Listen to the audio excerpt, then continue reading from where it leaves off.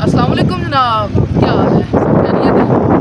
तो आज हम हवेलियाँ से नीचे एक वाटरफॉल के बारे में हमने सुना था कि बहुत ही कमाल का वाटरफॉल है, और यूट्यूब के ऊपर उसके ऊपर सर्च की, इंटरनेट के ऊपर उसको देखा, जिसका नाम है अम्ब्रेला वाटरफॉल।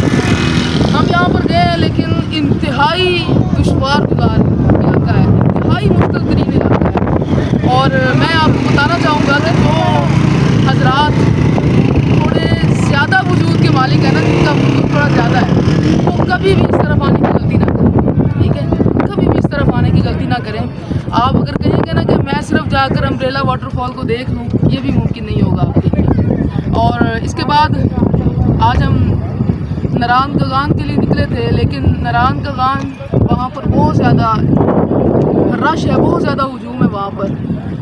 और कितना हुजूम है वहाँ पर, एक थोड़े से सफ़र को क्रॉस करने के लिए इंसान को 3 से 4 घंटे लग जाते हैं, और फिर भी वो नारायण कगान तक नहीं पहुँच सकता। और इसके अलावा और वहाँ के जो इस वक्त होटल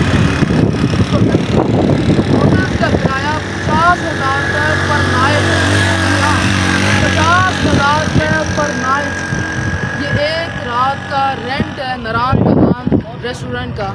और वो भी बहुत कम लोगों को मिल रहा है, और वो भी किसी की खुश नसीबी होगी जिसको वहाँ पर कोई रूम मिल जाएगा।